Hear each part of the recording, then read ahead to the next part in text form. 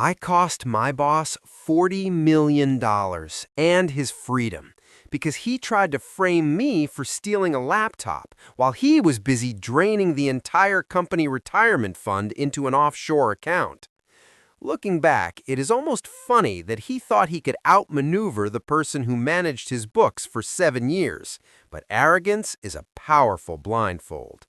My name is Mike, and I worked as a senior financial analyst for a logistics giant that had been around for decades.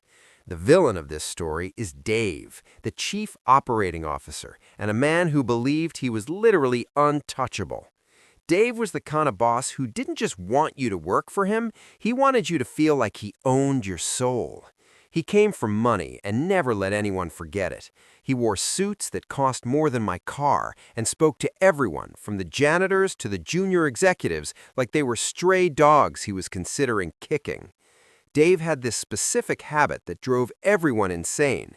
He would walk into your office while you were on a call, hang up the phone for you without saying a word, and then tell you to go get him a specific type of sparkling water that was only sold 3 blocks away. If you complained, he would remind you that your bonus was at his sole discretion. He lived for power trips. I remember one time a young assistant named Sarah brought him coffee that was slightly too cold. Instead of just asking for a new one, Dave stood up, walked to the trash can, poured the coffee slowly into the bin while looking her in the eyes, and told her that her inability to manage a simple beverage made him wonder if she was even capable of breathing without instructions. That was Dave in a nutshell. He was a bully who used the company as his personal playground.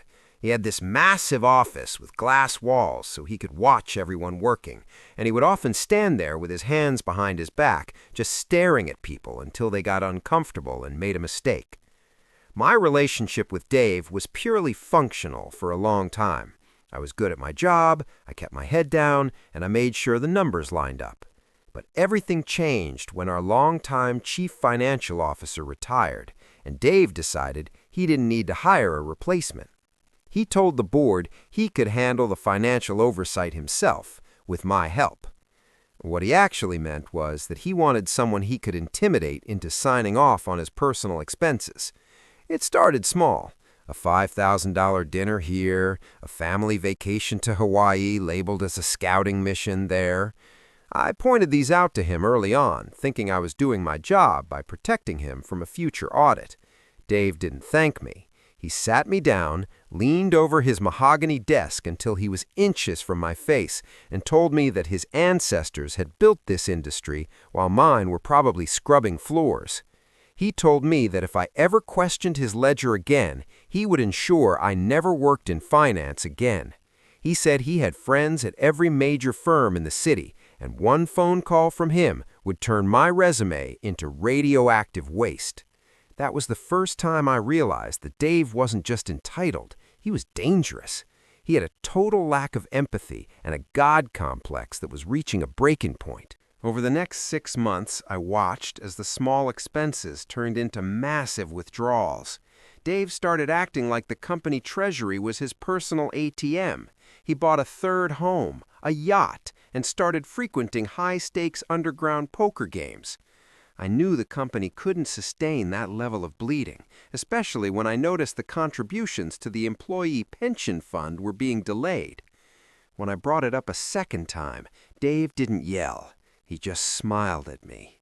It was the most terrifying smile I had ever seen. He told me I was a good soldier and that he was going to give me a special project.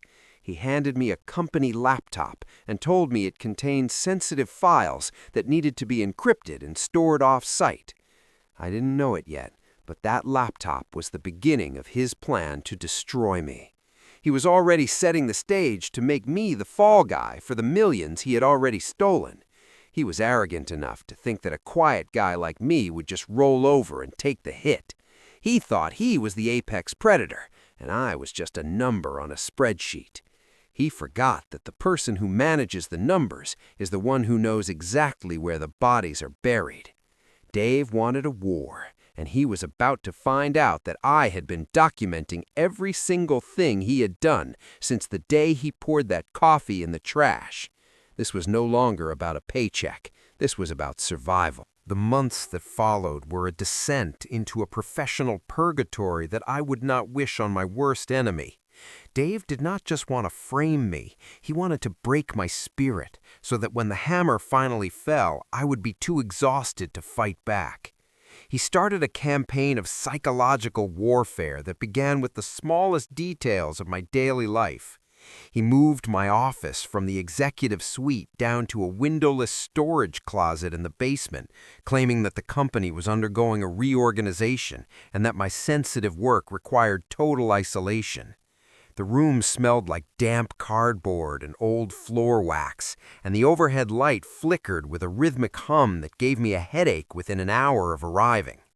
Dave would call my desk phone at all hours of the night, sometimes at 3 in the morning, demanding to know the exact balance of a sub-account he knew I could not access from home.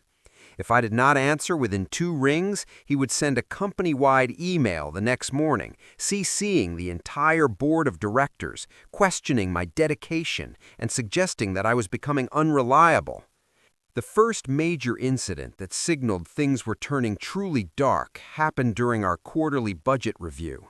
I had prepared a series of reports showing a massive discrepancy in the pension accounts, which was now reaching a deficit of nearly $4 million. I tried to pull Dave aside before the meeting to show him the numbers, hoping he might have some explanation that did not involve blatant theft.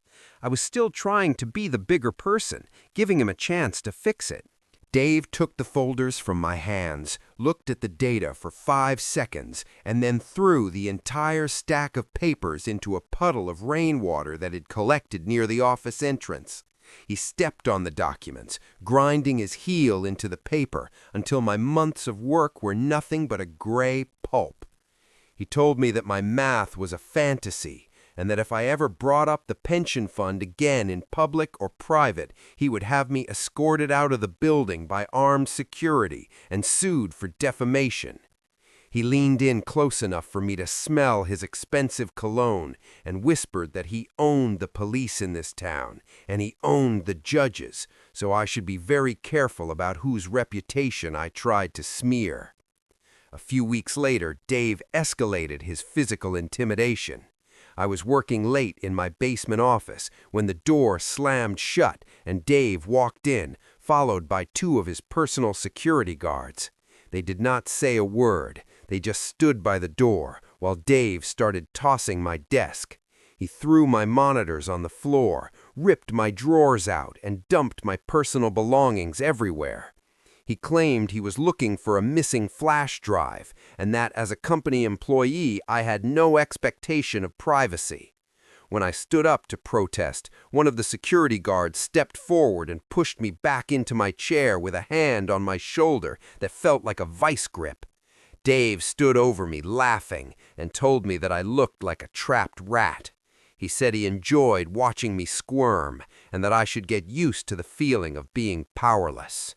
He then reached into his pocket, pulled out a gold coin, and tossed it at me, telling me to go buy myself some self-respect because I clearly did not have any. This was not just a boss being a jerk anymore. It was a man who felt he was above the law and took pleasure in the suffering of those he considered beneath him. The final straw came during the annual charity auction. It was a high-profile event with all the local city officials and business leaders in attendance. Dave had assigned me to manage the silent auction bids. Midway through the evening, Dave walked up to the podium and announced to the entire room that there had been a mistake in the bookkeeping. He looked directly at me and told the crowd that it was a shame when long-term employees let their personal greed get the way of charity. He implied, without saying it directly, that I had been skimming from the donation buckets. The room went silent, and hundreds of eyes turned to me with disgust. I was humiliated, standing there in my modest suit while Dave basked in the spotlight as the virtuous leader. Later that night, I found him in the parking lot. I told him that I had always been loyal and that I did not understand why he was doing this. I told him I just wanted to do my job and be left alone. Dave just leaned against his sports car, lit a cigar, and told me that the world needs sheep and it needs lions. He said he was the lion, and he was hungry, and I just happened to be the easiest meal in the valley. He told me that by the end of the next month, I would be in a jail cell and he would be on a beach, and there was absolutely nothing a little man like me could do to stop it. He drove off, splashing muddy water all over me, leaving me standing in the dark. That was the moment I stopped trying to solve things peacefully. I realized that you cannot negotiate with a person who does not believe you are a human being. Dave thought he had spent months breaking me down, but what he had actually done was give me the time to build a digital fortress. He thought he was playing a game of checkers, but I had already mapped out the entire chessboard. If he wanted to treat me like a criminal, I was going to show him exactly how a financial expert can dismantle a criminal empire from the inside out. The breaking point did not happen in the office or during a board meeting, but in the one place I was supposed to feel safe. Dave had spent months chipping away at my professional reputation, but he finally decided that was not enough. He wanted to ensure I had no resources left to fight him in court. One Tuesday evening, I returned home to find my front door standing wide open. The lock had been professionally picked. As I walked inside, my heart dropped into my stomach. My apartment had been systematically destroyed. This was not a robbery because my television, my watch collection, and my cash were all sitting in plain sight. This was a message. Every single piece of furniture had been slashed open with a knife. My books were torn from their shelves and the pages ripped out. But the true cruelty was in the kitchen. I had a beautiful old upright piano that had belonged to my grandmother. It was my only prized possession and the only thing I had left of my family. Dave, or his hired thugs, had taken a sledgehammer to it. The wooden frame was splintered into thousands of shards, and the ivory keys were scattered across the floor like broken teeth. Resting on top of the wreckage was a company-wide memo with my name on it, stating that I was being terminated for gross negligence and suspected embezzlement. Dave had finally pulled the trigger. He had fired me while I was not even there to defend myself, and then he had sent people to destroy the only things I loved. While I was standing in the ruins of my living room, my phone buzzed with a text message from an unknown number. It was a photo of me standing in the parking lot of a local bank a week prior, with a caption that said it would be a shame if the police found the missing pension money in a safe deposit box under my name. Dave was not just firing me, he was actively planting evidence to send me to federal prison for a crime he was committing. He was so confident in his power that he was literally documenting his harassment. I sat down on the floor amidst the wreckage of my grandmother's piano, and I did not cry. I felt a cold, hard clarity wash over me that I had never experienced before. I realized that as long as I played by the rules of a fair society, I would lose. Dave did not live in that society. He lived in a world of shadows, bribes, and brute force. If I tried to go to the Human Resources Department, they would protect the company. If I went to the local police, Dave would use his connections to stifle the report. I had to stop being Mike the accountant and start being the person Dave feared most, the person who knew where every cent was hidden. I walked over to my bedroom and pulled up a loose floorboard under my bed. Inside was the laptop Dave had given me months ago for that sensitive project. He thought I was too stupid to look under the hood. He thought I had just been storing files like a good little clerk. In reality, the moment he handed me that machine, I had installed a keylogger and a remote access Trojan. Every single time Dave had logged into his private accounts from his office or his home, I had been watching. I had his passwords, his bank account numbers, and the digital trail of every offshore transfer he had made to the Cayman Islands. I had been waiting for a reason to use it, hoping his conscience would kick in. Seeing my grandmother's piano in pieces was that reason. I opened the laptop and began to work. I saw that Dave had already moved $6 million from the pension fund into a shell company called Blue Horizon Logistics. He was planning to leave the country in 2 weeks, right after the company's 50th anniversary gala. He was going to let the firm collapse, let thousands of employees lose their retirement savings, and let me take the fall while he sipped cocktails on a private island. I decided right then that I would not just stop him, I would erase him. I spent the next 18 hours without sleep, navigating through the labyrinth of his financial empire. I found his hidden ledgers, his records of bribes paid to city inspectors, and the logs of his illegal gambling debts. I did not just want to get him arrested. I wanted him to lose every single cent he had ever stolen and every bit of status he craved. I began setting up a digital dead man switch. I created a massive data dump containing every email, every recorded conversation, and every fraudulent spreadsheet I had gathered. I programmed it to be sent simultaneously to the Internal Revenue Service, the Securities and Exchange Commission, and every major news outlet in the state. But I needed a grand finale. I needed the world to see him for exactly what he was at the moment of his greatest pride. I began hacking into the presentation software that would be used at the anniversary gala. I replaced the celebratory slideshow of the company's history with a detailed, easy-to-understand breakdown of Dave's theft. I included his yacht, his secret mansion, and the exact amount of money he had stolen from the elderly retirees who had worked for the company for 40 years. I was going to turn his coronation into a public execution of his reputation.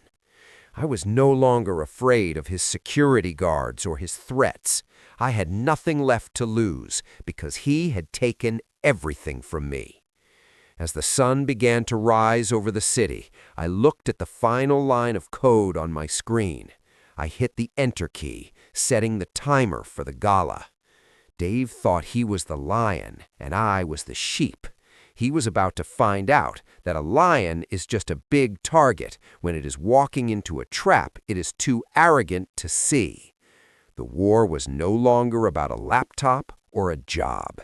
It was about total annihilation. I spent the next 10 days operating with the cold precision of a machine because I knew that any slip would result in my permanent disappearance. Dave thought I was hiding in a hole, nursing my wounds and waiting for the police to knock on my door. Instead, I was working 20 hours a day to ensure that his entire world would vanish in a single evening. My plan was not just to report him, but to trigger a financial and social implosion that would leave him with nothing but an orange jumpsuit. The first part of the plan involved the laptop he had used to frame me. I knew the technical specifications of the company network better than the IT department because I had helped design the audit protocols. I used the remote access I had established to slip a specialized virus into the central server. This was not a destructive virus, but a mirror. It was designed to stay dormant until the start of the anniversary gala, at which point it would begin live streaming every single hidden folder on Dave's personal drive directly to the company's cloud-based projectors. I spent 3 days meticulously organizing these folders. I labeled them with titles that even a layman could understand, like pension theft records, bribes for city council, and personal yacht expenses paid by employees. I wanted there to be no ambiguity. To ensure he could not shut it down, I encrypted the stream with a rolling code that changed every 30 seconds, anchored to a server located in a country that does not respond to takedown notices. Next, I turned my attention to his liquid assets. Through my access to his private accounts, I discovered that Dave had moved almost his entire net worth into a single offshore account in anticipation of his flight. He had roughly $12 million sitting in a holding pen, waiting for the final transfer. I did not steal the money for myself, because that would make me a criminal and give him a way out. Instead, I drafted a series of anonymous tips to the International Anti-Money Laundering Task Force. I provided them with his exact account numbers, his forged signatures, and the logs of his illegal transfers. I timed these tips so that the authorities would freeze the accounts exactly 1 hour before the gala started. He would be at the peak of his arrogance, thinking he was a multimillionaire, while in reality, his bank balance would already be zero. But the financial aspect was only half of the trap. I needed to ensure he could not flee the country. I contacted the private jet company Dave had booked for his escape. Posing as his executive assistant, I informed them that Mr. Dave had changed his travel plans and would be transporting a large amount of undeclared cash and restricted biological samples for a medical charity. I knew this would trigger an automatic notification to Customs and the federal authorities. They wouldn't arrest him immediately, but they would put him on a watch list that would trigger an alarm the moment he scanned his passport at any airport in the country. To solidify the evidence, I went back to the office one last time under the cover of darkness. I knew the security codes had not been changed yet because Dave was too lazy to do the paperwork himself. I entered the building at 3 in the morning and headed straight for the physical archives. I found the original paper ledgers that Dave thought he had destroyed. He had actually just thrown them into a high-security shredding bin that was scheduled to be picked up after the gala. I retrieved the bags of shredded paper and spent 48 hours straight using a specialized software program to scan and reconstruct the strips. These documents contained his handwritten notes on how to manipulate the pension fund. It was the smoking gun that proved intent. I placed these reconstructed documents into 3 large envelopes. I sent one to the district attorney, one to the head of the company's board of directors, and kept the third for the grand finale. I felt no guilt and no hesitation. Every time my eyes burned from the screen or my hands shook from the caffeine, I thought about the splinters of my grandmother's piano and the thousands of retirees whose lives Dave had gambled away. I was no longer a victim. I was the architect of his ruin. On the day of the gala, I bought a new suit, the best I could afford, and a ticket to the event under a false name through a corporate sponsor. I wanted to be in the room to watch the light leave his eyes. I had set a digital timer that would trigger the first wave of the attack at precisely 8:30 in the evening, right when Dave was scheduled to give his keynote speech about integrity and the future of the company. I had also contacted a friend of mine who worked as a freelance investigative journalist. I told him that if he showed up to the gala with a camera crew, he would get the biggest story of his career. I gave him enough crumbs to keep him interested, but held back the full meal for the event itself. I sat in my car outside the venue, watching the limousines arrive and seeing Dave walk in with a smirk on his face, waving to the cameras like he was royalty. He had no idea that he was walking into a room where every screen, every speaker, and every legal authority in the state was primed to tear him apart. I checked my watch. The countdown was at 60 minutes. I reached into my pocket, felt the weight of the flash drive that contained the final kill switch, and stepped out of the car. The trap was set, the bait was taken, and the lion was about to find out what happens when the sheep stops running. The ballroom was a sea of crystal chandeliers and expensive silk as Dave took the stage at exactly 8:15. He looked more confident than I had ever seen him, standing behind a podium embossed with the company logo. He began his speech by talking about the legacy of the firm and the importance of trust and honesty in leadership. I stood at the back of the room near the sound booth, holding my breath. At exactly 8:30, the primary projector behind him flickered. Dave did not notice at first. He was busy telling a joke about how hard work always pays off. But the audience went silent as the screen changed from a photo of the original warehouse to a high-resolution scan of a bank transfer showing $2 million moving from the employee pension fund to a private account in Dave's name. Dave turned around, his smile faltering, and laughed it off as a technical glitch. He shouted for the tech team to fix it, but my virus had already locked them out of the system. Then the speakers began to play a recording I had captured through the laptop microphone 3 weeks prior. It was Dave's voice, clear as a bell, laughing about how the stupid old workers would never notice their money was gone until he was already in a country without an extradition treaty. The sound echoed through the silent ballroom. Dave turned pale, his face shifting from a healthy tan to a sickly gray. He began to scream at the staff to shut it down, but the images kept coming. The screen displayed his secret yacht, the deeds to his hidden properties, and finally, a list of every bribe he had paid to city officials, complete with dates and amounts. The board of directors, who were sitting in the front row, stood up in unison.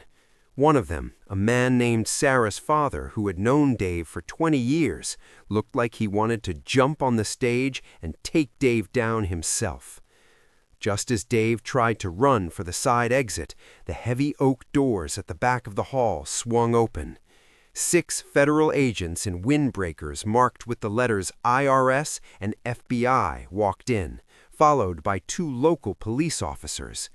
The room erupted into a chaos of camera flashes as the investigative journalist I had tipped off began broadcasting the whole scene live. The lead agent walked right up to the stage.